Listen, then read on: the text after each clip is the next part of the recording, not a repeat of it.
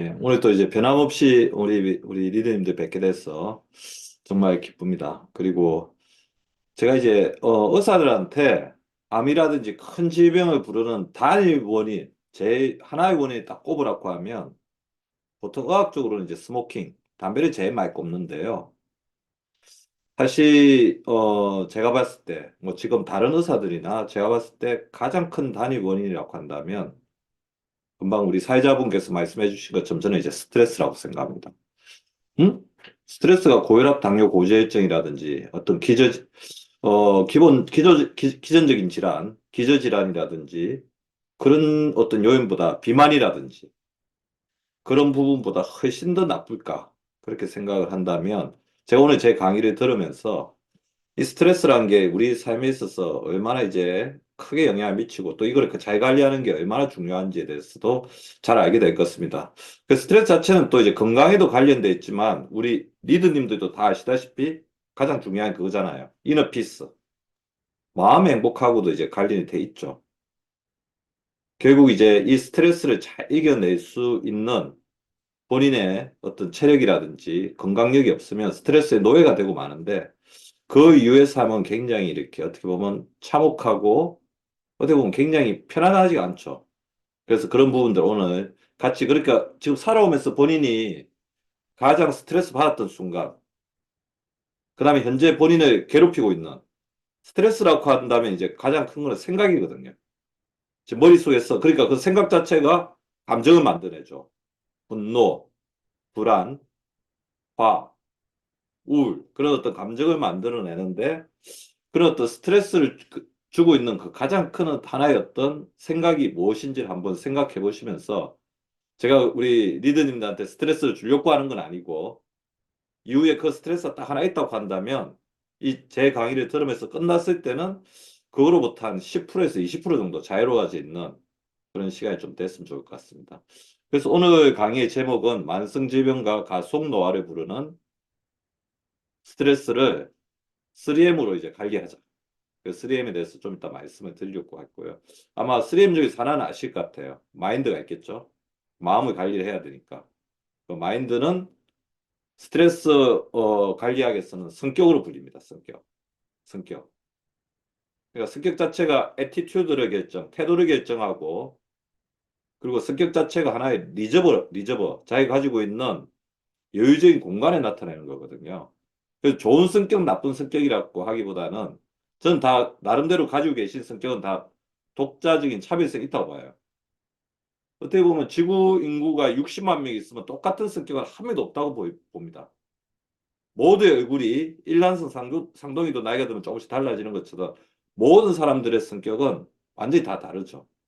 그래서 좋은 성격, 나쁜 성격으로 제가 말씀드리기보다는 스트레스를 덜 받는 성격. 다시 말해서 굉장히 이기적인 성격. 그 이기적이라는 건 자기를 살리는 거죠. 자기를 이해하는 성격으로 조금 바꿔가는 전략이 필요할 것 같습니다. 그러면 거기에는 본인이 가지고 있는 생각이나 외부에서 들어오는 해프닝, 이벤트들을 어떻게 처리할 것인지 자신의 이제 사고 체계도 관계가 있지만 사고 체계가 아무리 튼튼해도 본인의 밑바탕에서 본인을 받쳐주고 있는 체력적인 밑거름이 없으면 약해질 수밖에 없어요. 그 부분까지도 같이 키워나가는 게 또 다른 두 가지 M이니까 같이 그 부분을 좀 들어보시면서 어떻게 하면 좋을지 한번 나눠보도록 하겠습니다. 그래서 1장은 만성질병과 가속노화를 부르는 스트레스의 기전에 대해서 말씀을 드릴 거고요. 뭐 이거는 잘 알고 계실 겁니다. 평균 수명이 점점 늘어나고 있고 제 강의를 듣고 계시는 우리 리더님들은 이제 100살까지 기대 수명 그리고 건강관리 진짜 잘하시는 리더님들은 110세에서 120세까지 현재로는 또 나중에 경천동지할 어떤 의학적인 변환이 나면 130, 140세까지 사시게 되겠죠. 그래서 100세를 넘어 산다고 생각했을 때 자, 평균 수명을 늘리는 것 못지않게 중요한 게 질병 수명을 줄이면서 건강 수명을 늘려가는 게 좋은데 저는 이 스트레스 자체가 이 질병 수명의 확장에 굉장히 많은 영향을 미치고 있다고 생각을 합니다.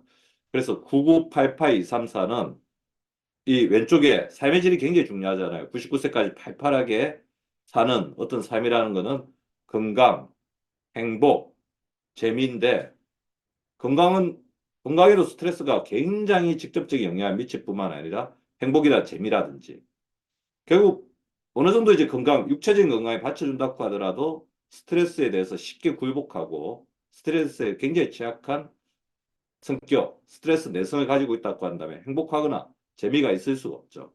그런 부분들 잘 이겨내는 게 돼야 되겠습니다. 그렇게 해야지 가속 노화를 막을 수가 있다는 건데요. 그래서 가속 노화를 이렇게 젊게 막는다는 것 자체가 우리 리더님들의 생체 나이를 젊게 하고 주민등록 나이보다 항상 젊게 사는 가장 중요한 길이라고 볼 수가 있을 것 같습니다. 그래서 이 오른쪽에 보시면요. 가속 노화를 방지하는 게 역노화인데 이 가속 노화에 영향을 미치는 여러 가지 요소들, 염증. 여기 또 산화 스트레스가 있네요. 자, 오늘 말씀드리려고 하는 스트레스하고는 일맥상통하지만 약간 다른 부분도 있습니다. 자, 제가 오늘 말씀드리는 스트레스를 이제 정신적인 스트레스라고 생각하신 리더님들도 많을 것 같은데 여기에 정답이 있죠. 그러니까 산화 스트레스라는 거는 이거 정신적인 거하고 상관이 없을 것 같은데 자, 다시 이야기하면 뭐냐면요. 스트레스를 받으면 당연히 이제 활성산소가 많아지니까 산화 스트레스를 받게 되는데 산화하면서 우리 몸에 주는 어떤 공격적인 부분을 스트레스라고 하는 겁니다. 다시 이야기하면 산화하는 과정에서 변화가 일어나는 거고 그 변화가 당연히 나쁜 방향으로 가겠죠. 우리 몸에 황산화 요소가 부족하면. 이 나쁜 방향으로 가는 것 자체가 하나의 스트레스라고 한다면 자, 다시 말씀드리면 우리 외부에서 우리를 이제 변화시키려고 하는 모든 외부의 환경 자체가 하나의 스트레스로 작용할 수 있다는 거예요. 다시 하겠을 때 그거를 이제 막아낼 수 있는 내적인 힘 자체가 스트레스에 대해서 대항하는 스트레스를 조절할 수 있는 우리의 조절력이라는 거죠. 자, 스트레스 자체는 밑에 보이는 텔로미어의 길이를 짧게 하고 DNA를 변성시키면서 세포의 노쇠 그리고 세포의 자가사멸. 자, 세포는 이제 나이가 들면 적정한 나이가 들면 자가사멸해야 됩니다. 세포가 자가사멸하지 않고 사멸에 대한 순간에 놓쳐서 계속해서 남아있게 되면 그게 뭐가 되는 거죠? 암세포가 되는 거죠. 근데 자가사멸 기전이 또 너무 빨리 이제 작동해서 너무 빨리 또 자가사멸해 버리면 조기 노화가 되겠죠. 그래서 자가사멸할 때를 알고 타이밍 놓치지 않되 적절한 순간에 자기의 때가 왔을 때 또 자가사멸하는 것도 세포의 가장 중요한 어떻게 보면 자연사고 그거를 잘 조절하는 사람이 건강한 사람이라고 할 수 있죠. 면역노쇠라든지 저는 이 부분에 이게 이제 아까 말씀드렸던 가속 노화를 일으키는 굉장히 중요한 어떤 요인들인데 이 모든 요인에 다 스트레스가 관여가 돼 있다는 거죠. 자, 그래서 스트레스 자체는 직접적으로는 지금 밝혀진 바로는 가장 중요한 부분 중에 하나는 스트레스를 받게 되면 활성산소가 많이 만들어집니다. 활성산소를 많이 만들어낸 대표적인 두 가지 요인이 있다고 한다면 만성염증하고 스트레스예요. 근데 제 강의를 계속 들었던 우리 리더님들 알고 계실 겁니다. 만성염증의 또 가장 중요한 선행인자 중에 하나가 스트레스라는 거. 자, 스트레스 받으면 어떻게 되죠? 생리학적으로. 뭔가 굉장히 불안정해지잖아요. 불안정해지면 산소의 호흡 중에서 찌꺼기로 이제 발생하는 것. 그러니까 수소이온을 더 가지고 있는 게 그러면서 전자를 잃은 게 활성산소인데 활성산소를 만들 수 있는 내적 환경이 굉장히 많이 만들어진다는 거죠. 당장 이제 우리 몸의 변화로는 좀 이따 제가 말씀드리겠지만 혈액학적으로는 맥박이 올라가고 호흡수가 빨라지면서 그 다음에 혈관이 수축되고 혈압이 오르고 그 다음에 혈액의 흐름조차도 빨라집니다. 어쩔 수 없이 굉장히 불안정한 산소호흡 과정이 일어나는 거고 그런 산소호흡이 불안정하다는 것은 우리 몸에서 적절하게 만들어지고 있던 활성산소가 폭발적으로 이제 많이 만들어지는 거죠. 자, 제 강의를 계속 들으신 리더님들은 아시겠지만 오늘 처음 듣는 리더님들도 있을 거니까 활성산소에 대해서는 조금 설명을 드리겠습니다. 활성산소는 좋은 산소일까요? 나쁜 산소일까요? 아시죠? 적당량 있으면 좋은 산소인데 이 적당량을 넘어가면 굉장히 위험한 산소라는 거예요. 근데 기본적으로 이제 적당량 산소가 가진 사람들이 거의 없어요. 현대인의 환경은 오염된 환경, 염증의 환경, 스트레스를 많이 만들어내는 환경이기 때문에 활성산소가 많이 만들어질 수밖에 없고, 더불어 활성산소를 막아내는 게 우리 몸의 항산화력인데, 항산화력은 황산화 요소가 가장 중요한 중심기둥적인 역할을 하는데, 황산화 요소는 또 어떻게 됩니까? 나이가 들면서 쭉 떨어지죠. 그래서 가장 대표적인 게 글루타치온이잖아요. 쭉 떨어집니다. 활성산소는 그대로 있거나 더 많아지는데 황산화효소가 떨어지니까 활성산소는 끊임없이 다른 어떤 세포를 산화시킴으로써 자신의 역할을 종료시키는데 정상세포를 공격할 수밖에 없고, 그 정상세포 중에서 가장 취약한 부분이 바로 DNA라는 거예요. 자, 그럼 일단 이 부분은 조금 이따 더 말씀을 드리겠고요. 자, 그러면 이 스트레스는 뭐라고 생각하시면 되냐면요. 인간이 살아가는 환경 속에서 인간에게 가해지는 모든 외부적인 이벤트를 스트레스라고 하시면 됩니다. 그러니까 어떤 스트레스가 있을 것 같아요. 좋은 스트레스 들어보셨죠? 그러니까 스트레스는 종류로 따지면 유스트레스라고 하는 좋은 스트레스, 그다음에 디스트레스라고 하는 나쁜 스트레스가 있어요. 좋은 스트레스의 가장 대표적인 것들이 어떤 걸까요? 결혼, 출산, 성진, 그런 것도 스트레스라는 거죠. 나쁜 뭐 디스트레스 가장 대표적인 거 사별이죠.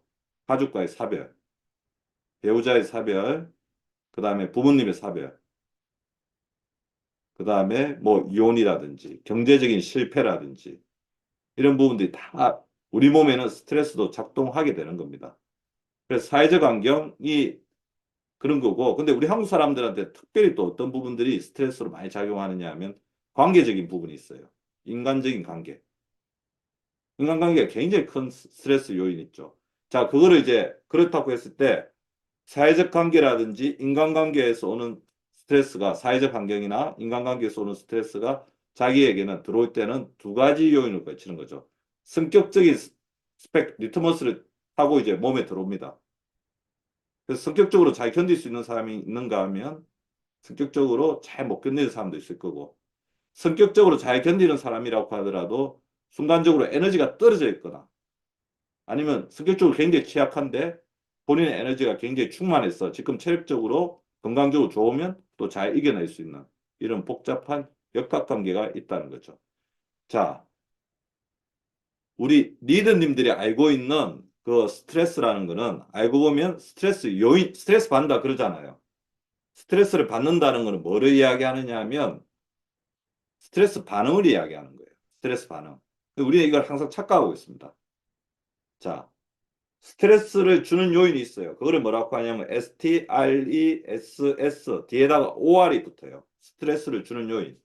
사건이나 사람이겠죠. 근데 우리한테 들어오게 되면 어떻게 되냐면 우리 몸에서는 그 스트레스 받으면 변화가 왔네?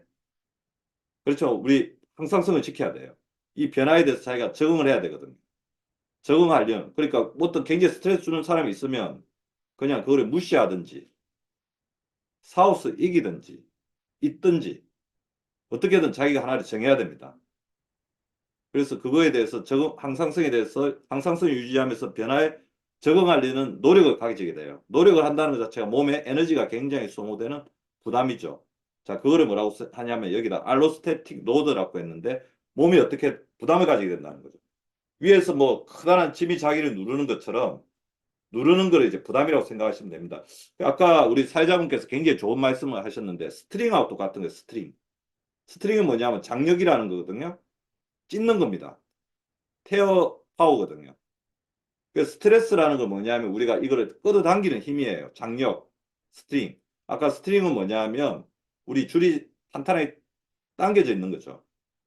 그래서 늘어나면서 견딜 수 있으면 줄은 안 끊어지지만, 줄이 취약하거나 너무 큰 힘으로 당겨지게 되면 엄청나게 큰 슬픔이나 스트레스에 이렇게 맞닥뜨리는 거죠. 끊어지게 되는 거죠. 자, 그게 우리가 스트레스가 병이 되는 겁니다. 어떻게든 이제 스트레스를 받으면 사람은 그 스트레스에 대해서 감정을 가질 수밖에 없습니다. 부정적인 정서 반응이 나타나죠. 화, 분노, 불안, 우울. 받을 수밖에 없어요. 그렇지만 이게 병이 되는 것은 아닙니다. 부정적 정서 반응을 가지는 것은 인간은 당연한 거죠. 자, 이게 자기가 수용할 수 있는 한계를 벗어났을 때 우리 몸에서 병이 되는 거고, 그리고 이런 어떤 부정적인 분노 반응이, 감정 반응이 굉장히 오랫동안 지속이 되면 우리 몸에서 계속해서 데미지를 주기 때문에 그 자체가 치유할 수 있는 영역을 넘어가는 게 스트레스로 인한 어떤 몸의 병, 마음의 병으로 가게 되는 거죠. 자, 다시 말씀드리면, 자, 오른쪽 보십시오. 스트레스 요인은 우리가 살아가면서 인간이기 때문에 없을 수가 없어요. 그죠? 그리고 우리는 또 그거를 받으면 무조건 적응해서 잘 이겨내려고 하는 노력을 가지게 되죠. 그게 그렇게 하면서 우리 몸에는 변화가 나타난다는 거죠. 힘들죠. 안 힘든 사람이 어떻게 했습니까? 그 스트레스 반응을 가지고 이렇게 부정적인 정서 반응으로 나타나는데 그러면 우리가 어떻게 해야 되는지 그리고 어떤 과정을 거쳐서 우리의 몸이 망가지는지를 한번 보시면요. 스트레스 받으면 금방 스트레스라는 건 뭡니까? 스트레스를 주는 요인이 다시 정리할게요.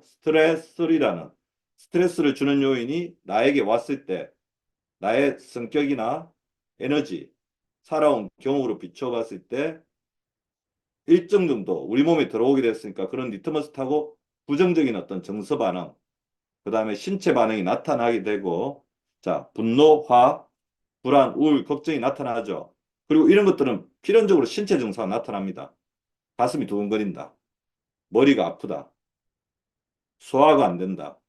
변비가 생긴다. 속이 쓰리다. 혈압이 올라간다. 그죠? 어떤 사람은 호흡이 곤란하다. 숨을 못 쉴 것 같다. 공황으로까지 나타나죠. 이런 어떤 신체 증상이 나타나면 사람들은 무조건 그거에 대해서 걱정하게 돼 있어요. 증상에 대한 걱정을 하게 되는데 자, 오늘 우리 리더님들이 굉장히 유리한 거는 내가 스트레스 받으면 이런 어떤 정서 반응은 반드시 일어나게 돼 있고 그것이 또 신체 증상까지 동반하기 때문에 나는 이 증상에 대해서 걱정할 수밖에 없어. 나도 모르게 걱정하고 있어. 그러면서 어떻게 되냐면 증상이 악화돼. 그거를 알고 있으면 나중에 증상에 대해서 걱정하지 않을 수 있는 뭔가 연습이나 대비를 할 수가 있다는 거죠. 자, 걱정을 하기 시작하면 그 걱정을 잠시 하다가 멈추는 사람이 있는가 하면 그거에 대해서 과도하게 몰입되는 사람이 있어요. 증상이 악화되죠. 그러면 사회적인 역할을 못하게 됩니다. 스트레스가 많은 사람들은 당연히 우리 병원에도 직장인들 굉장히 많이 오는데 낮에 일을 못해요. 생각이 그쪽에 다 가 있고 똑같은 일을 해도 실수가 많고 그 수행력이 감소되죠. 수행력이 감소되면 자기도 모르게 자신감이 감소하게 됩니다. 자존감이 떨어지는 거죠. 그래서 자존감이 떨어지면 어떻게 되겠습니까? 똑같은 스트레스를 받아도 더 크게 스트레스 받고 이전에 비해서 스트레스를 받지 않아도 될 일에 대해서 스트레스를 받는다는 거죠. 자, 이게 뭐냐면 스트레스 사이클이라는 거예요. 그래서 이것만 알아놓으시면 이게 뭐냐면 지피지기면 백전백승이잖아요. 어떤 스트레스가 왔을 때 이 스트레스에 대해서 어디에서 끊어야 될지를 알 수가 있게 됩니다. 물론 안다고 해서 절대로 100%다 실천할 수도 없어요. 그게 바로 스트레스에 대한 인간의 숙명이기 때문에 그렇습니다. 그렇지만 이거를 알면 나중에 이런 부분들에 대응하는 데 있어서 조금 더 유리하지 않을까 그런 생각이 듭니다. 그래서 스트레스의 생리적 반응을 보시면요. 심해관계는 혈압이 오르고 그 다음에 호흡수가 빨라지고 그 다음에 근육의 긴장도가 굉장히 올라가면서 피부의 온도도 올라가고 그다음에 신경내분비적으로는 자율신경계 기능이 떨어지면서 그다음에 여기는 NK셀이거든요. 면역적으로는 NK세포가 떨어지면서 항체가가 떨어지고 염증 반응으로서는 염증인자들이 굉장히 올라가는 이런 변화들이 일어나게 됩니다. 그래서 이런 어떤 생리적인 변화가 그런 어떤 우리 몸에서 피지올로지컬하게 생리적인 변화가 일어나게 되면 신체 및 심리 증세로는 자 보십시오. 가슴의 압박감, 답답함, 눈썹의 찌푸려짐, 어깨가 올라가고 목 뒷덜미의 뻣뻣함과 열감, 얼굴의 열감, 가슴 두근거림, 머리가 찌끈거리고 무겁고 어지럽고 불면증, 소화장애, 수족냉증, 우울허망함, 연담시에 하소연이 많고 후회되고 항상 지나가니 다 후회가 됩니다. 불안초조, 밖으로 뛰쳐나오고 싶고 깜짝깜짝 놀람, 정신이 없고 나갔다는 소리까지 듣습니다.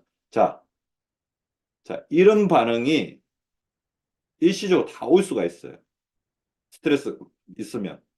그래서 이런 반응이 온다고 해서 절대로 놀라거나 내가 강한 것이라고 생각하지 마시라고 제가 이거를 보여드리는 거예요. 자, 이런 반응은 아주 짧게 스쳐 지나갈 수 있어요. 몇 초 간격.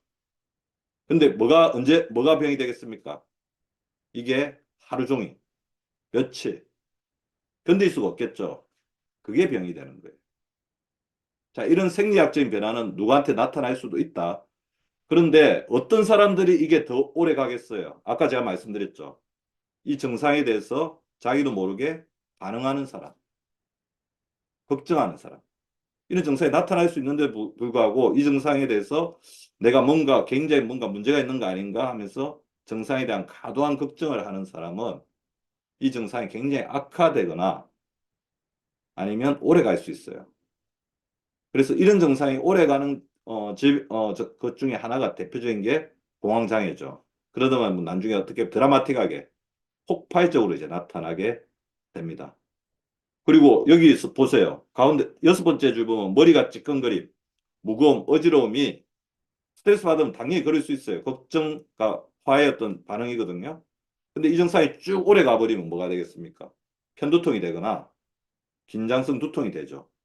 그리고 제일 끝에 수족냉증이 오래 가버리면 병원에 결국 찾게 되는 거죠. 아, 원장님, 오늘도 저희 병원에 몇 분이 오셨는데 손발이 너무 시려서 지금 여름에도 장갑을 끼고 살아야 돼요. 그런 증상들이 있게 되고 오른쪽에 정신없다, 정신 나갔다 이런 증상이 오래 가게 되면 건망증인지 본인이 치매가 일찍 온 건지 걱정하는 그런 상태가 된다는 거죠. 자, 그래서 이게 굉장히 중요합니다. 오버 스트레스라고 하거든요. 스트레스가 강한 게 우리 어떤 신체 대응 능력이 저 위에 올라가 있으면 스트레스를 받아도 이게 쭉 우리 받으면 떨어지게 돼 있거든요. 떨어지게 돼 있는데 떨어지더라도 신체 대응 능력이 뛰어난 사람은 역치야로 떨어질 확률이 떨어져요. 그리고 역치야로 잠시 떨어지더라도 본인이 이거에 대해서 인지가 제대로 돼 있고 이거를 이겨낼 수 있는 힘이 있으면 어떻게 됩니까? 바로 회복하죠. 근데 회복하지 못하고 악화되는 경우. 자, 이게 뭐냐면 제가 오늘 말씀드리고 싶은 기능적 질환입니다. 사실 우리가 100세 시대까지 살아갔을 때 100세 시대까지 살아갔을 때 암이라든지 어떤 우리 몸의 신체 구조가 해부학적으로 신체 구조, 맹장염이라든지 그런 게 완전히 변형돼 가지고 우리를 괴롭힐 수 있는 삶의 질을 떨어뜨리고 우리가 입원하고 그런 어떤 질병의 확률보다는 제가 말씀드린 가스트레스가 질병 뭐 그 암 자체도 이제 알고 보면 이 스트레스가 과해가지고 세포의 변성이 일어난 거니까 또 뭐 뿌리가 그거라고 보시면 돼요. 근데 엄밀히 구분해가지고 아 그것까지는 너무 강한 것 같아. 그럼 가령 예를 들면 이제 만성적인 두통이라든지 고혈압이라든지 수면무호흡증이라든지 위궤양이라든지 편두통이라든지 이런 부분들은 다 이런 어떤 스트레스를 우리가 회복하지 못하는 우리 스트레스 대응력의 약화로 이제 볼 수가 있다는 겁니다. 자, 그래서 마지막 줄을 좀 보시면요. 스트레스 반응은 신체 향상성 유지와 변화에 대한 내가 이걸 이겨내려는 적응 과정에서 발생하며 장기적인 스트레스 노출은 만성염증과 활성산소 생성을 증가시켜서 건강에 부정적 영향을 미친다. 그래서 스트레스가 얼마나 위험하고 그것이 장기간 누적되면 세포 구조, DNA 구조에까지 영향을 미치는지 이해를 좀 하셨죠? 자, 그러면 스트레스 3M 대응 전략에 대해서 말씀을 드리겠습니다. 첫 번째 M은 마이크로바이옴과 멜라토닌입니다. 그래서 마이크로바이옴하고 멜라토닌이 또 뜬금없이 같이 가니까 뭔가 이제 뭐 별로 관계가 없을 것 같다 그렇게 생각하실 수도 있지만 저번 주에 제 강의 또 들으시고 저번에 제 강의 들으신 분들은 이해를 하실 거라고 생각합니다. 저는 그렇게 생각해요. 결국 이제 우리가 이 스트레스를 이겨내려면 스트레스는 생각이잖아요. 생각에 너무 몰입되면 어떻게 되냐면 우리가 홈그라운드에서 저쪽에 스트레스가 깔아놓은 스트레스 홈그라운드로 끌려간 거하고 똑같습니다. 그래서 스트레스와 싸워서 스트레스를 어떻게 내가 스트레스 받는 생각을 바꾸어 가지고 자꾸 이겨내려고 하면 절대로 이길 수가 없어요. 왜냐하면 스트레스 생각이기 때문에. 우리가 뭐하고 똑같다고 보시면 되냐면요. 잠이 안 오잖아요. 불면증이신 분들이 잠을 자야 되겠다. 난 잠을 자고 싶어. 생각하면 생각할수록 어떻게 될까요? 잠이 더 안 오죠. 잠이 안 온다는 건 뭐냐면 불면증이 가장 중요한 것은 각성돼 있다는 거거든요. 그래서 세상에서 어떻게 보면 제일 어떻게 보면 우리가 건강학적으로 멍청한 행동 중에 하나가 잠이 안 오는데 누워가지고 양을 1000마리까지 세는 거예요. 한 마리, 두 마리, 세 마리. 그러면 세면 셀수록 머리는 점점 말똥말똥해지는 거죠. 세다 보니까 잠이 왔어. 그거는 뭐냐면 그 사람이 양을 1000마리 세가 잠이 온 게 아닙니다. 안 새도 잤을 거예요. 그러니까 각성시키지 말자는 거거든요. 그러니까 잠이 안 온다는 거는 불면증이라는 거는 각성되어 있는 시스템이라서 우리가 각성되는 자꾸 행동을 하게 되면 잠을 못 자는 것처럼 스트레스는 어떻게 보면 생각인데 그 생각에 자꾸 몰입하게 되면 해결을 못 한다는 거예요. 근데 여기서 우리가 작동시켜야 되는 게 마인드 바디 인터랙션입니다. 마음과 몸은 마인드 바디 인터랙션 연결되어 있다는 거죠. 그래서 그 연결성을 좋은 쪽으로 끌고 갈 수 있는 가장 대표적인 게 하나가 마이크로바이옴이죠. 마이크로바이옴은 제가 항상 뭐라고 말씀드리죠? 후생 유전자. 우리 몸의 세포가 60쪽이고 마이크로바이옴 100쪽이에요.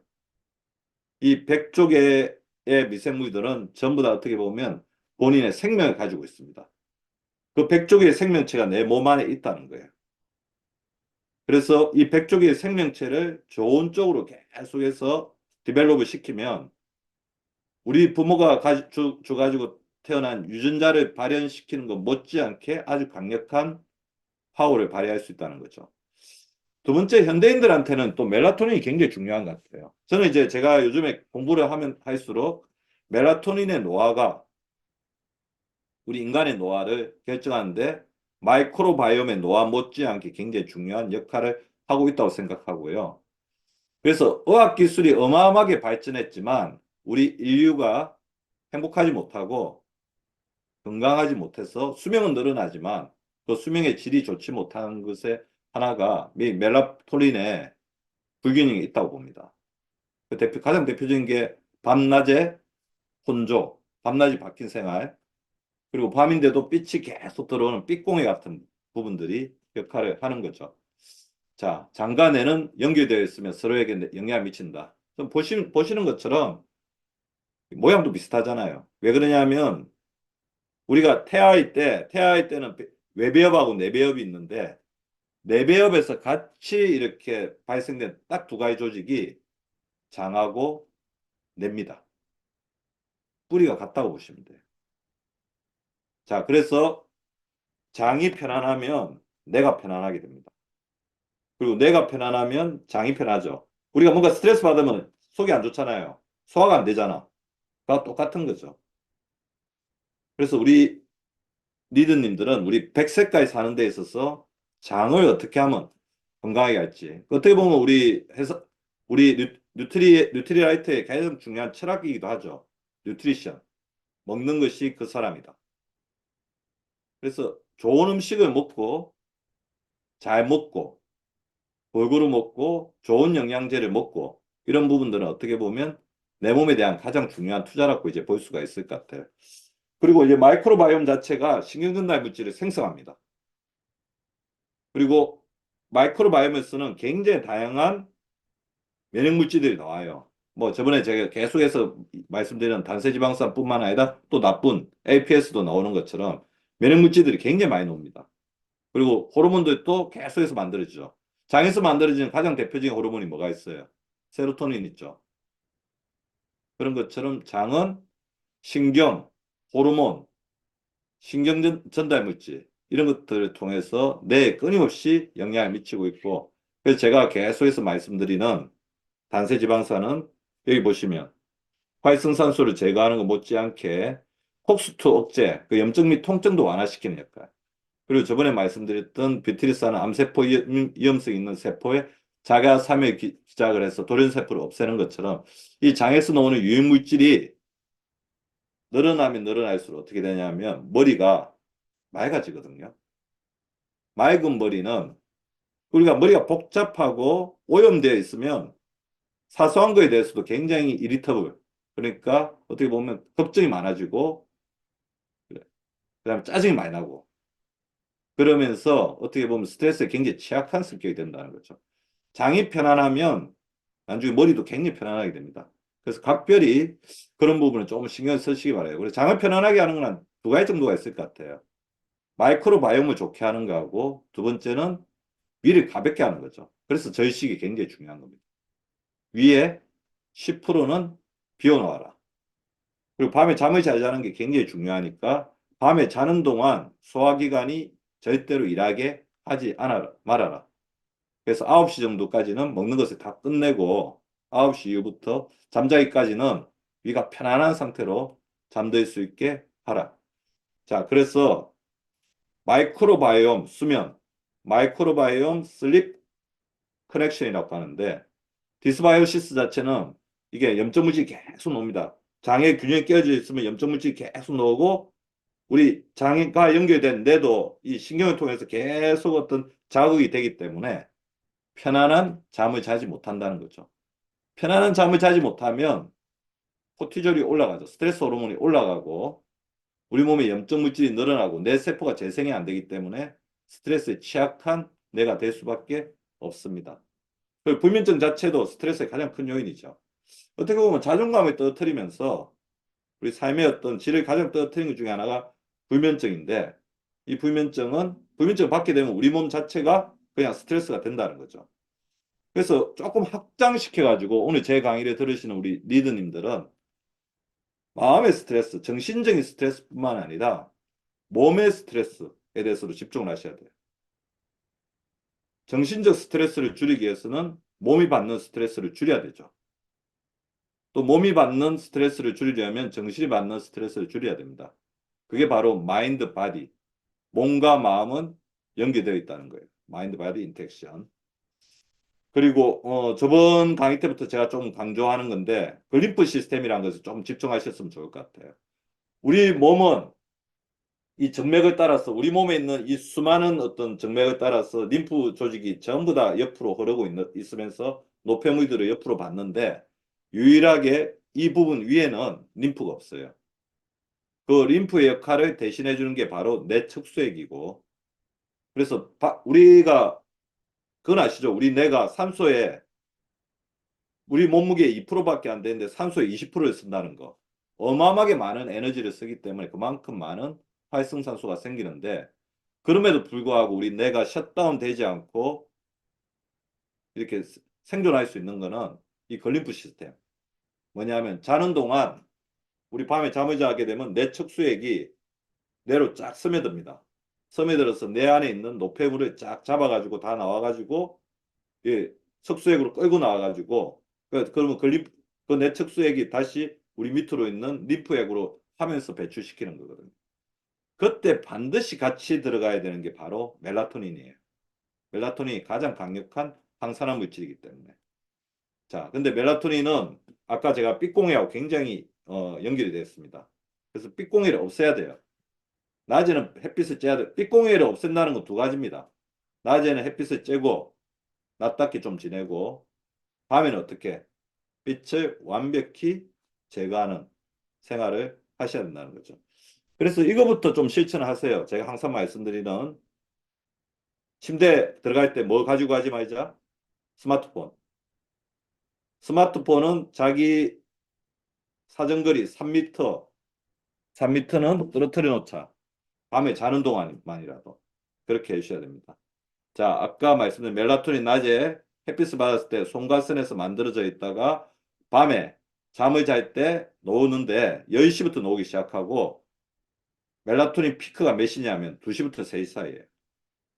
2시에서 3시 동안 확 나와야지 이 멜라토닌이 뇌로 쫙 들어가서 치매를 예방하는데, 그러니까 낮 동안 쌓인 피로물질을 씻어내는데, 특히 치매를 일으키는 베타 아밀로이드를 씻어내는데 굉장히 중요한 역할을 한다는 거죠.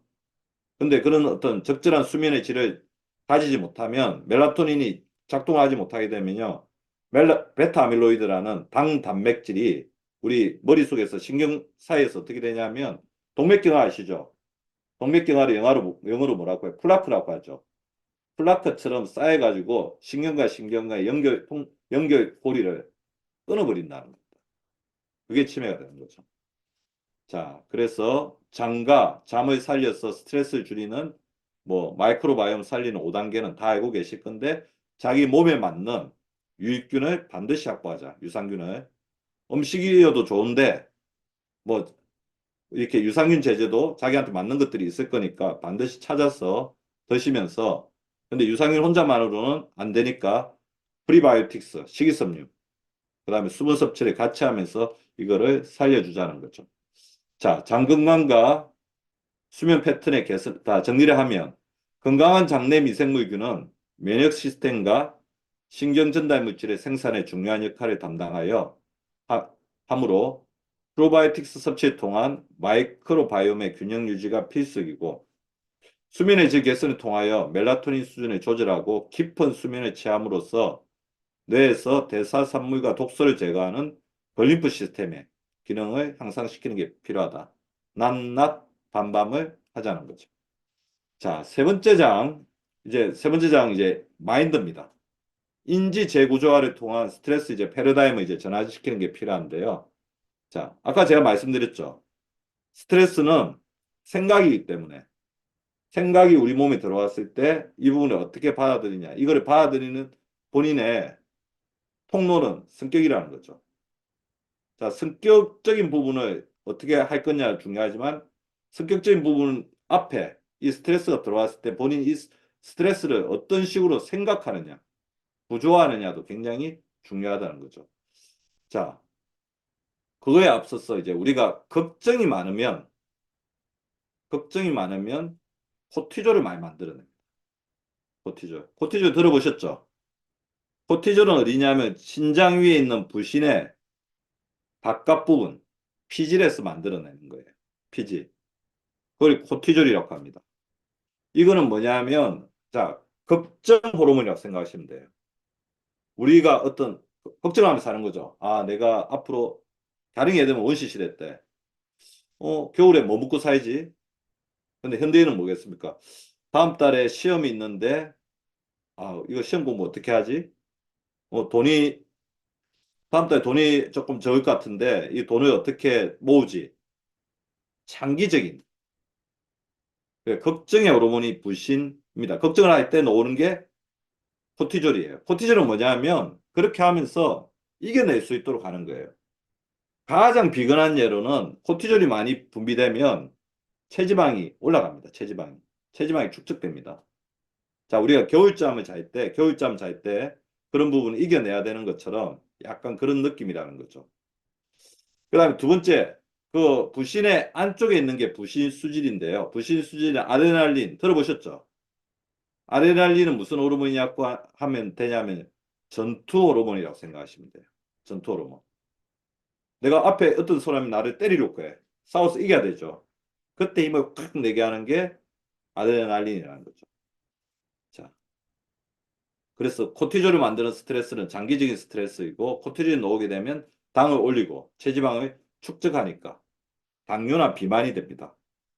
걱정과 불안이 가장 대표적인 어떤 부분이죠.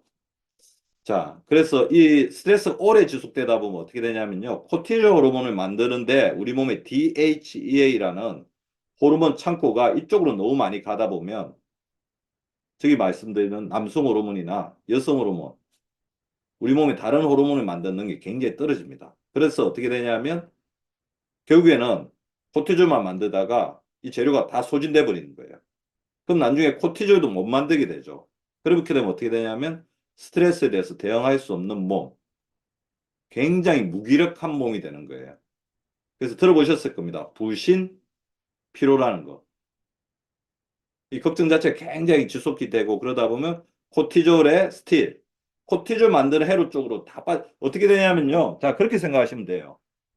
운물이 있어요. 운물이 있으면 운물이 물이 좀 남아 있으면 물이 계속 차는 거잖아요. 그죠? 그러면 우리가 계속해서 물을 길어가지고 쓸 수 있는데 이게 코티졸이라는 펌프. 그러니까 어떻게 보면 운물에서 고속도로 물을 이렇게 뽑아내는 거죠. 그렇게 돼버리면 다 말라버리면 그다음부터는 펌프 쪽으로 물이 안 가겠죠. 그렇게 이제 악순환이 되는 겁니다. 자, 그래서 코티졸 스틸을 막는 게 제일 중요하고. 근데 저는 이제 그러면 저한테 많이 물어봅니다. 박사님, 부신 피로 때문에 검사를 해봤더니 코티졸 수치가 완전히 셧다운 돼 있어요. 이거 어떻게 해야 됩니까? 그거를 올리는데 가장 중요한 거는 결국에 수면입니다. 잠을 자는 동안 코티졸이 이렇게 들어오거든요. 그래서 잠을 너무 못 주무시는 분들은 이 만성 피로의 가장 중요한 요인이 부신 피로가 올 수 있고 그런 분들은 잠을 잘 잘 수 있게 하는 여러 가지 방법들, 뭐 멜라토닌이라든지 아니 미강 주정 추출물이라든지 그런 보조적인 도움도 받아야 되고 결국엔 생각이기 때문에 생각을 줄이는 연습도 해야 되는 거죠. 그래서 걱정과 우울이 있으면 걱정을 안 하는데 가장 좋은 거는 한 두 가지 정도 같아요. 수면을 잘 취하는 거 하나 하고 두 번째 낮에 생각은 결국에는 움직이지 않는 몸에서 많이 오거든요. 땀나고 이제 숨찬 운동을 조금 해주시는 게 좋습니다. 그래서 저는 이제 그렇게 생각해요. 우리를 해치는 가장 쉬운 방법은 움직이지 않고 계속 혼자 그대로 있는 거예요. 자, 그래서 오늘 저 강의 한 40분 지났으니까 다시 손 털고 잼잼 해주시고요. 자, 고개도 이렇게 한번 뒤로 뻗고 고개 한번 돌려주십시오. 그리고 이 목 한번 이렇게 쫙 잡아가지고 승모근 잡고 승모근도 이렇게 한번 아프시죠? 승모근도 이렇게 쫙 이렇게 스트레칭을 좀 해주시기 바랍니다. 자, 그 다음에 결국 이제 여기에 제가 써놨는데 이게 코티졸 이제 번아웃이 일어나는 사람들 보면 자기에 대해서 굉장히 인색한 사람들이 많습니다. 자기에 대해서 칭찬하는 게 굉장히 중요한데요. 자기 주장도 굉장히 중요하고. 그래서 저는 이제 스트레스에 대한 의미 재정립을 좀 하자는 거죠. 걱정이 많은 사람들을 보면 걱정을 하는 것 자체가 자기를 망치는 게 아니고 걱정을 하고 있는 자신. 왜 나는 이렇게 스트레스를 많이 받지? 나는 왜 이렇게 나한테는 안 좋은 일이 많이 생기지? 이런 부분에 대한 어떤 숙명적, 어떻게 되면 좀 잘못된 생각 자체가 굉장히 크게 영향을 미치거든요. 그래서 이 부분, 일어난 일에 대해서 크게 의미를 두지 마시고요. 스트레스는 살아가는 데 있어서 숙명적이다. 그러니까 인간은 스트레스를 받지 않고는 살 수 없는 존재라고 그냥 가정을 해버리는 게 좋습니다. 어떻게 보면 레디콘데 그래서 스트레스에 대한 어떤 수동화 이런 엄청난 스트레스에 대한 가정하에서 출발하면 안 됩니다. 그래서 뭐냐면 스트레스를 바라보는 관점을 어떻게 하셔야 되냐면 이런 일이 언제든지 일어날 수 있고 일도 언젠가 시간이 지나면 괜찮아질 거예요. 최소화시키고요. 너무 가장하지 마시고 대부분의 걱정은 쓸데없는 것이라는 96%는 쓸데없다. 그리고 스트레스를 받고 있다는 것은 그만큼 나에게 뭔가 많은 연결고리가 있다는 양면성을 좀 가지는 양면성에 대해서 인정을 하는 것도 굉장히 중요하고요. 그래서 스트레스가 지금은 괴롭지만 시간이 지나면 나를 어떻게 보면 단련시키고 한 번은 겪어야 될 일이었다. 그렇게 생각하는 것들도 굉장히 중요할 것 같아요. 그래서 스트레스를 받고 있는 것에 대해서 자신이 너무 운이 없다. 재수가 없다. 그렇게 생각하지 마시고요. 그래서 1등을 지향하되 꼴찌라도 괜찮아. 도전해 본 게 제일 중요하다. 그리고 다른 사람에게 스트레스 받는 상황을 차분히 이야기하는 게 좋습니다. 이거를 이야기 못했을 때 생기는 가장 대표적인 병이 있죠. 속으로 굽는 거. 화병이라고 그러죠. 우리나라 사람 특히 이야기를 못해요. 그래서 우리 리더님들한테 하나 반드시 드리고 싶은 말씀은 자신의 고민거리를 이야기할 수 있는 사람, 뭐 두 명 정도는 항상 가지고 있는 게 좋을 것 같아요. 무조건 모든 걸 다 이야기할 수 있는 사람 한 명. 그리고 상당 부분 털어놓을 수 있는 사람 한 명 정도는 가지는 게 좋을 것 같고요. 두 번째, 그러면 그런 이야기를 들었을 때 이제 그런 대상이 우리 리더님들이 될 수가 있을 거 아니에요. 그러면 스트레스에 상담자의 어떤 상대방이 된다고 했을 때 스트레스 받는 사람이 우리 리드님들한테 그런 이야기를 했을 때는 항상 이렇게 해주는 게 좋습니다. 격려와 지지. 그리고 말해주기. 그리고 남의 이야기 듣는 것도 굉장히 좋은 것 같아요. 자, 참 장점이 많으시네요. 저라도 그랬겠어요. 앞에 분도 그러시던데. 그다음에 자, 마음껏 울어보세요.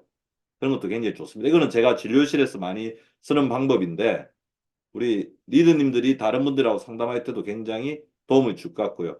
뭔가 힘든 일이 있으면 또 어떻게 하셔야 되냐면 항상 이야기를 하셔야 돼요.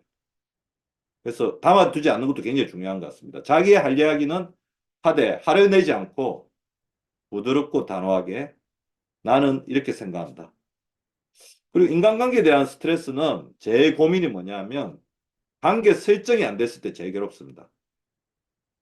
오라 저놈이. 저놈은 그때부터 괴롭거든요. 그래서 굉장히 중요한 사람이라고 한다면 관계 설정을 하는 게 좋을 것 같아요. 복종할 건지 아니면 대등할 건지 아니면 지배할 건지 이 관계 설정을 하는 게 굉장히 중요할 것 같고요. 그럴 가치가 없는 사람 같으면 관계를 끊어야죠. 나는 너, 나는 나, 너는 너 하고 완전히 관계를 끊고 사는 그런 것도 필요할 것 같습니다.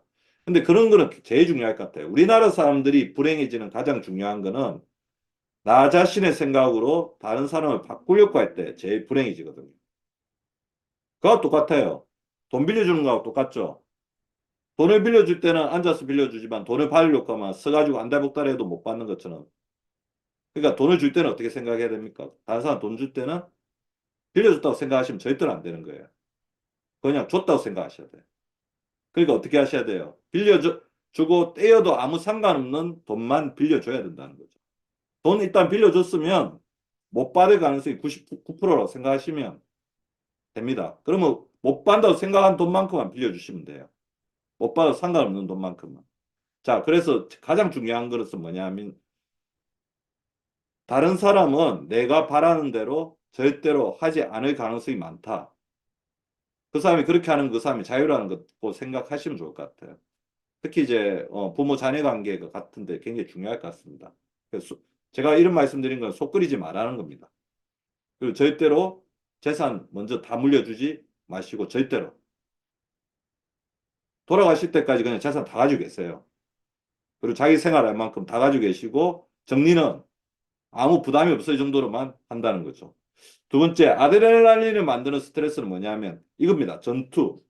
자기에게 극심한 스트레스가 왔을 때 뭡니까? 화하고 분노죠. 굉장히 위험해요. 특히 한국 사람들은 혈관병이 많은데 혈관 질환에 굉장히 중요한 위험 요인이 됩니다. 결국 제가 보면 심근경색, 뇌졸중, 뇌출혈, 뇌경색의 근저에는 아드레날린이 있다고 봅니다. 아드레날린 분비가 확 하면 어떻게 되냐면요. 혈관이 확 좁아지면서 심장박동이 올라가니까 혈압이 확 올라가는 거예요. 물론 한두 번 가지고 절대로 그렇게는 안 되겠지만 이런 일이 반복되다 보면 심장도 상하고 뇌도 상하고 그러다가 언제든지 불상사가 일어날 수가 있다는 거죠. 특히 이제 이런 부분에 대해서 굉장히 취약한 게 DNA입니다. 왜 그러냐면 화, 분노가 있을 때 폭발적으로 에너지가 필요하고 이 폭발적인 에너지는 산소, 많은 산소를 요구하는데 이 산소의 에너지화 과정에서 활성산소가 많이 만들어진다는 거고 이 활성산소는 항상 취약한 부분을 공격하는데 그 취약성의 가장 대표적인 신체 구성 성분이 바로 DNA라는 거죠. 왜 그러냐면 DNA는 RNA를 통해서 유전자를 계속해서 복제해야 되잖아요. 그죠? 유전자를 복제해야 되니까 이게 끊어질 수 있는 고리들 항상 가지고 있고 우리 활성산소는 DNA의 그런 어떤 취약성을 계속해서 공격한다는 겁니다. 그 활성산소가 많이 만들어지는 거는 이런 거죠. 그러면서 특히 에너지를 생산하는 미토콘드리아에서 산화적 스트레스가 발생하고 미토콘드리아 DNA가 손상이 되게 되면 미토콘드리아는 뭐냐면 에너지거든요. 그래서 에너지의 어떤 대사에 문제가 생기게 되면 우리 몸에 에너지 찌꺼기가 많이 쌓이게 된다는 거고 이 에너지 찌꺼기가 많이 쌓인다는 것은 우리 몸에 그만큼 노폐물이 많아지게 되고 세포의 변형, 변성을 만드는 우리 몸에 쓰레기가 많이 쌓인다는 거죠. 사용되지 않은 에너지 쓰레기는 우리 세포 속에 남아 있으면 세포를 이상한 방향으로 진화를 시키겠죠. 그게 암의 원인이 되는 겁니다. 그래서 저는 뭐 굉장히 중요하게 시간이 있을 때 호흡에 조금 연습하는 거 좋을 것 같아요. 우리 그거 공황장애인 사람들의 가장 중요한 어떤 신체 이게 정상 발현의 가장 대표적인 게 뭐냐면 호흡이 빨라지는 겁니다. 그래서 병원에 가보면 가끔 이거 봉지 이거 씌운 거 보셨죠? 이게 뭐냐면 가호흡 증후군이거든요. 가호흡을 하면 보통 1분에 10번 정도 호흡을 해야 되는데 60번, 70번 호흡을 해야 돼. 불안하니까 어떻게 해? 불안하면 사람은 어떻게 하면 숨을 들이마셔서 자기가 살려고 해야 돼요. 물에 빠진 거와 똑같다고 생각하시면 되죠. 근데 산소가 O2가 너무 많이 들어오다 보면 대사성 문제가 생겨버리거든요. 그러니까 손발이 오그라들고 사람이 이렇게 막 굉장히 경직되는 그런 사태가 생긴다는 거죠. 그래서 평소에 호흡을 조금 천천히 해보는 이런 연습을 해보십시오. 그 두 가지를 제가 좀 알려드리고 싶은데요. 자기 편한 대로 해보세요. 코로 들이마시고 입으로 내쉬기.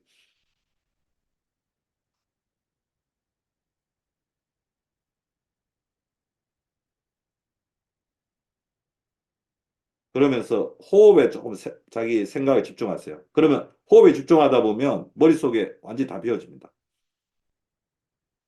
그렇게 한번 해보시고요. 아니면 이제 호흡의 순서를 바꾸는 겁니다. 먼저 내쉽니다. 그 다음에 들이마십니다. 내쉬고 짧게 들이마시고. 이게 뭐냐면 원래 호흡인데 우리 사람들 보통 반대로 하거든요.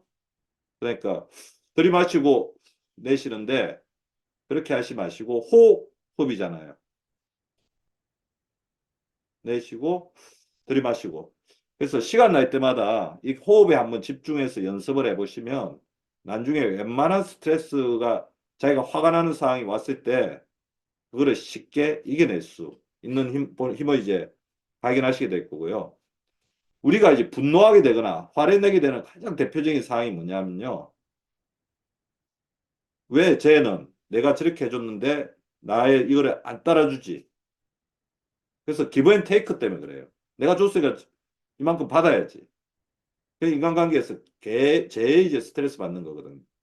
그래서 버려야 할 단어는 기브 앤 테이크입니다. 어떻게 생각하시면 되냐면요. 아까 제가 돈 빌려준 거와 똑같죠. 기브 앤 포겟입니다.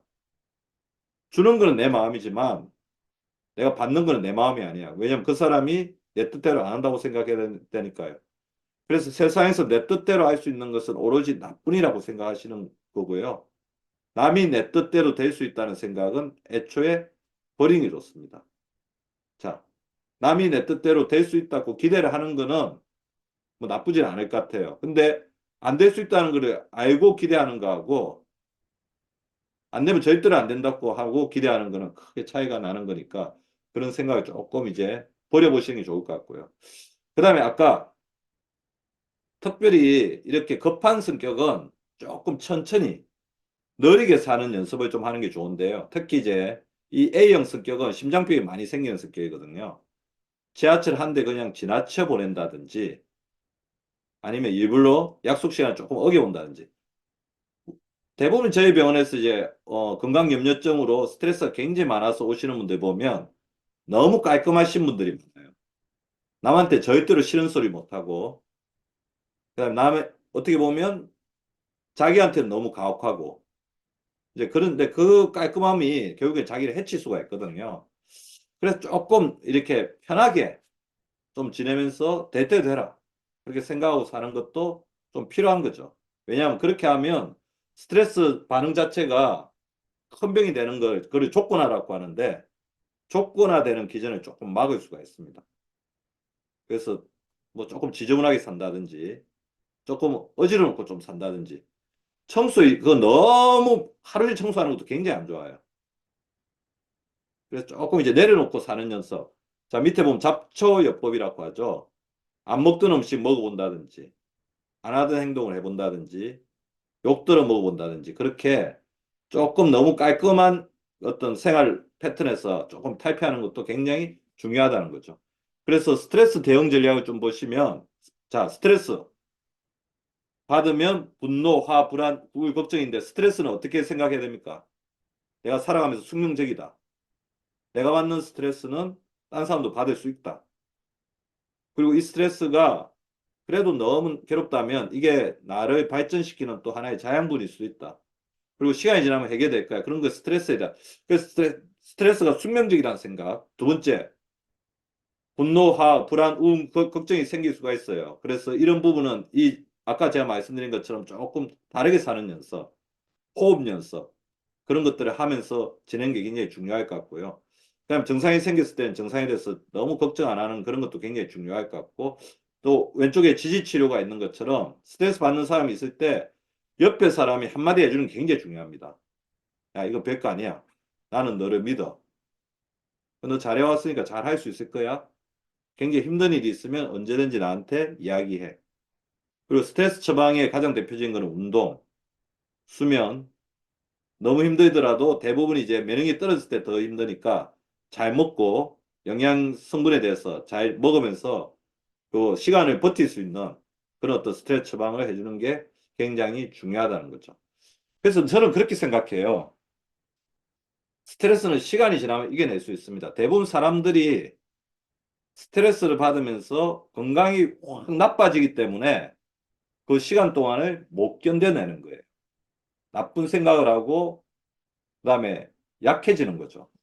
그래서 약해지지 않게끔 우리 몸의 어떤 신체적으로 스트레스 받는 상황에 생기는 여러 가지 스트레스 반응들을 감소시켜 주는 게 중요하죠. 자, 스트레스 받으면 아까 뭐라고 했습니까? 활성산소가 건강한 DNA로부터 전자를 빼앗아서 계속 산화시키고 그렇게 되면 세포에 구조 변화가 일어나면서 우리 몸이 약해지기 때문에 그렇게 되면 스트레스에서 굉장히 취약하죠. 자기도 모르게 똑같은 스트레스를 받아도 더 크게 상처받고 힘들고 회복이 안 되니까 더 걱정이 되고 그런다는 거죠.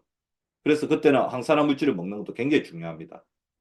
그래서 스트레스를 받고 있는 자신을 계속 도와주는 게 중요하죠. 그러다 보면 어느 순간에 이겨내고 있는 자신을 발견할 거예요. 그래서 내가 요즘에 스트레스 크게 받는 일이 있어. 어떻게 하셔야 됩니까? 항산화 영양소, 그죠? 집에 있는 거 꼬박꼬박 챙겨 드세요. 근데 스트레스 많이 받으면 많이 받을수록 딱 보면 건강 관리를 안 해요.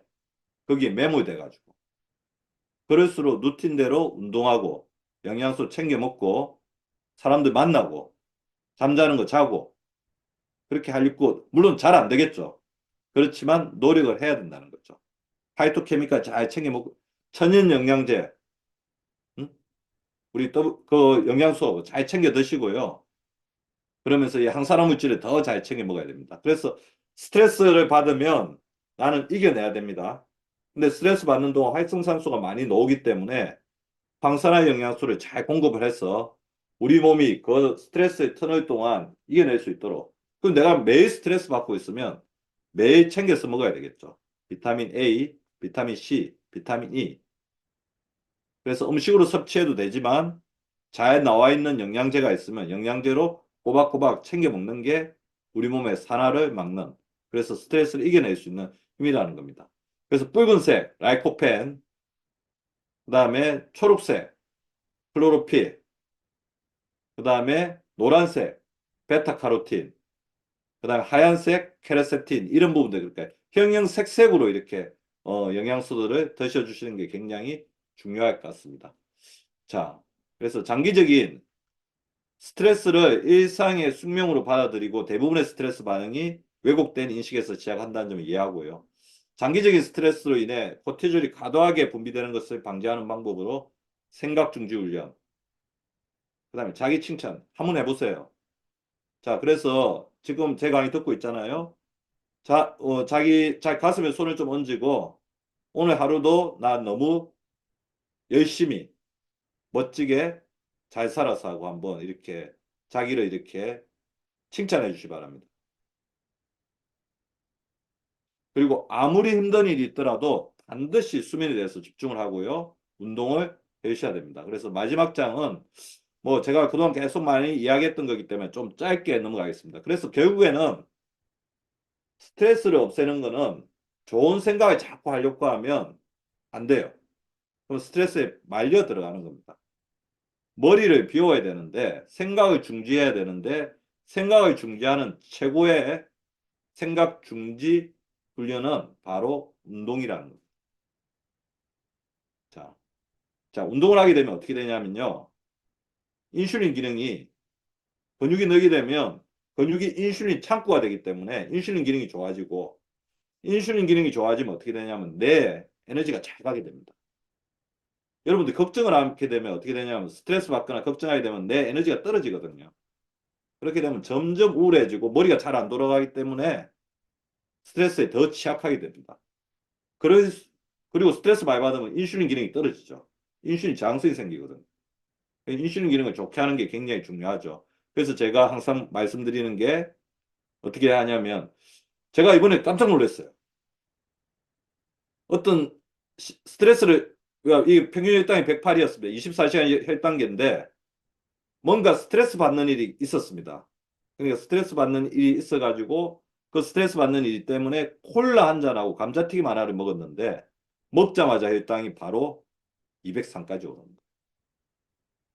아, 스트레스가 그렇게 무섭구나. 그거를 알았습니다. 그런데 자, 제가 그러면 어떻게 이겨낼 거냐? 자, 이거 똑같은 음식을 24시간 혈당기를 차고 있으면서 이렇게 먹었어요. 처음에는 159까지 올랐습니다.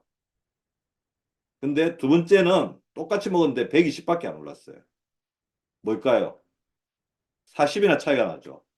먹고 나서 바로 앉았느냐? 앞에 거는 바로 앉은 거고요.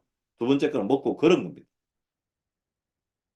여러분 당뇨나 인슐린 때문에 걱정이라고 하면 먹고 걷기, 하루에 7,000보 걷기만 실천을 좀 해보십시오. 그럼 인슐린 기능이 좋아지면 내 쪽에 에너지를 잘 집어넣을 수 있기 때문에 내가 자신감 있는 내가 되면 스트레스에 대해서 굉장히 대응력이 강해진다는 거죠. 자, 인슐린이 좋게 하는 가장 쉬운 방법 딱 하나죠. 평소보다 젓가락으로 5분만 천천히 거꾸로 식사하는 거죠. 밥 한 번, 반찬 한 번이 아니라 채소 한 번, 반찬 한 번, 밥 한 번, 채소 한 번, 반찬 한 번, 밥 한 번 드시는데 가급적 하얀 쌀밥이나 하얀 빵 같으면 항상 이 다른 살 먹는 거 절반만 먹는다고 생각하십시오. 제가 이걸 한 3주 동안 실천을 했거든요. 하루에 7,000보 걷기 하고 24시간 1단계 차면서 거꾸로 식사법을 굉장히 실천을 많이 해가지고 현재 몸무게 한 5kg를 감량을 했어요. 3주 동안. 특별히 약을 먹거나 물론 이제 영양소는 조금 더 챙겨서 먹었죠. 그래서 아 이거 해보니까 역시 이제 혈당을 잘 조절하는 거하고 걷기가 굉장히 중요하다는 것을 알게 되었죠. 두 번째, 이제 운동을 하게 되면 마이오카인이라는 우리 근육에서 나오는 물질이 나오는데 보십시오. 내 신경의 재생을 증가합니다. 내가 굉장히 강력해진다는 거죠. 걱정에 대해서 이길 수 있는데 스트레스 받으면 내가 아까 제가 말씀드렸지만 내가 산화돼요. 내 염증 물질이 많아지거든요. 그러면 그거를 이겨낼 수 있는 파트너들을 집어넣어야 되잖아. 도와줄 수 있는 보험구를 넣어야 되잖아요. 그거의 가장 대표적인 게 아까 말씀드렸던 멜라토닌, 그 다음에 마이오카인이라는 겁니다. 그래서 운동을 시간 날 때마다 재밌고 즐겁게. 그 25센트 라이더를 그렇게 해보십시오. 항상 자기가 좋아하는 TV 프로그램 있으면 그거 보시면서 운동할 시간을 따로 내려고 하면 힘들어요. 드라마 그냥 이거 25센트 라이더 타면서 보면 되잖아요. 그래서 드라마 하는 동안 살살 이렇게 해주시면 좋을 것 같습니다. 근데 물론 하나 곤란한 거는 너무 늦게 하시면 안 좋아요. 각성되니까. 뭐 10시, 11시에 하실 것 같으면 천천히 타세요. 욕심 버리고 빨리 타야겠다는 생각 버리고 그리고 무엇보다 중요한 것은 머릿속에 생각을 비우려면 생활의 운동화 생활 자체에서 운동하는 것들을 많이 늘리고 그러니까 운동의 생활화 일주일에 3회 그다음에 30분 이상 땀나고 숨찬 운동을 해주시기 좋습니다. 명심하십시오. 최고의 생각 중지 훈련은 활동과 운동이고 이제 봄이 오니까 하루에 7,000보 이상 반드시 걷는 우리 리더님들 되시기 바랍니다. 그리고 이거 뭐 제가 항상 말씀드렸죠. 살 빼기 위해서 운동하지 말고 근육 늘리기 위해서 운동하자. 그러려면 운동하기 전에도 간단하게 뭔가 먹고 운동하면서도 스포츠 드링크, 운동 끝나고서도 단백질 섭취 잘 해야 됩니다. 그래서 아까 수면, 마이크로바이옴, 근육에 다 들어가는 건데 좀 이따 주무실 거니까 한 가지만 이제 근육 키우는 수면 원칙, 장 좋게 하는 수면 원칙하고 같을 것 같아요. 빛과 소음을 완벽히 제거하고 자기 전에 간단한 반신욕이나 족욕을 해서 혈액순환이 잘 되게 도와주고 야식이나 9시 이후에 음식이나 물 먹는 거는 조금 줄이고 잠자기 전에 먹으면 안 되는 음식은 정제탄수화물, 맵거나 신 음식, 카페인, 뭐 티라민 함유 없이 토마토, 숙성 치즈, 레드와인, 가지 같은 거는 각성을 시킬 수 있기 때문에 조금 자제를 하자. 근데도 배가 고프다면 바나나나 견과류 등을 먹어서 밤사이에 저혈당이 오는 것을 막아주시는 게 좋을 것 같습니다. 자, 이제 강의 이제 끝났으니까 이제 좀 주무시기 전에 수고한 우리 몸을 위해서 스트레칭 좀 하고 하겠습니다. 자, 손 털고 자, 손을 오늘 한번 이렇게 해보세요. 이게 끝에 잡고 이렇게 2단계로. 자, 폈다가 이렇게 오므리고 이렇게 폈다가 이렇게 손 트시고 그냥 발도 쭉 뻗어가지고 뻗었다가 발끝 뻗었다가 당겼다가 발목 스트레칭이죠. 돌려주시고 자, 세상에서 제일 안 좋은 자세가 뭐라고 했죠? 한 자세로 오래 있는 겁니다. 끊임없이 움직이면서 몸과 마음을 잘 활력 있게 우리 이끄시는 우리 리더님들 되시기를 바라면서 오늘 강의가 한 5분 정도 오버됐는데 죄송스럽게 생각하고요. 오늘의 강의를 마치도록 하겠습니다. 예, 좋은 밤 되십시오. 고맙습니다.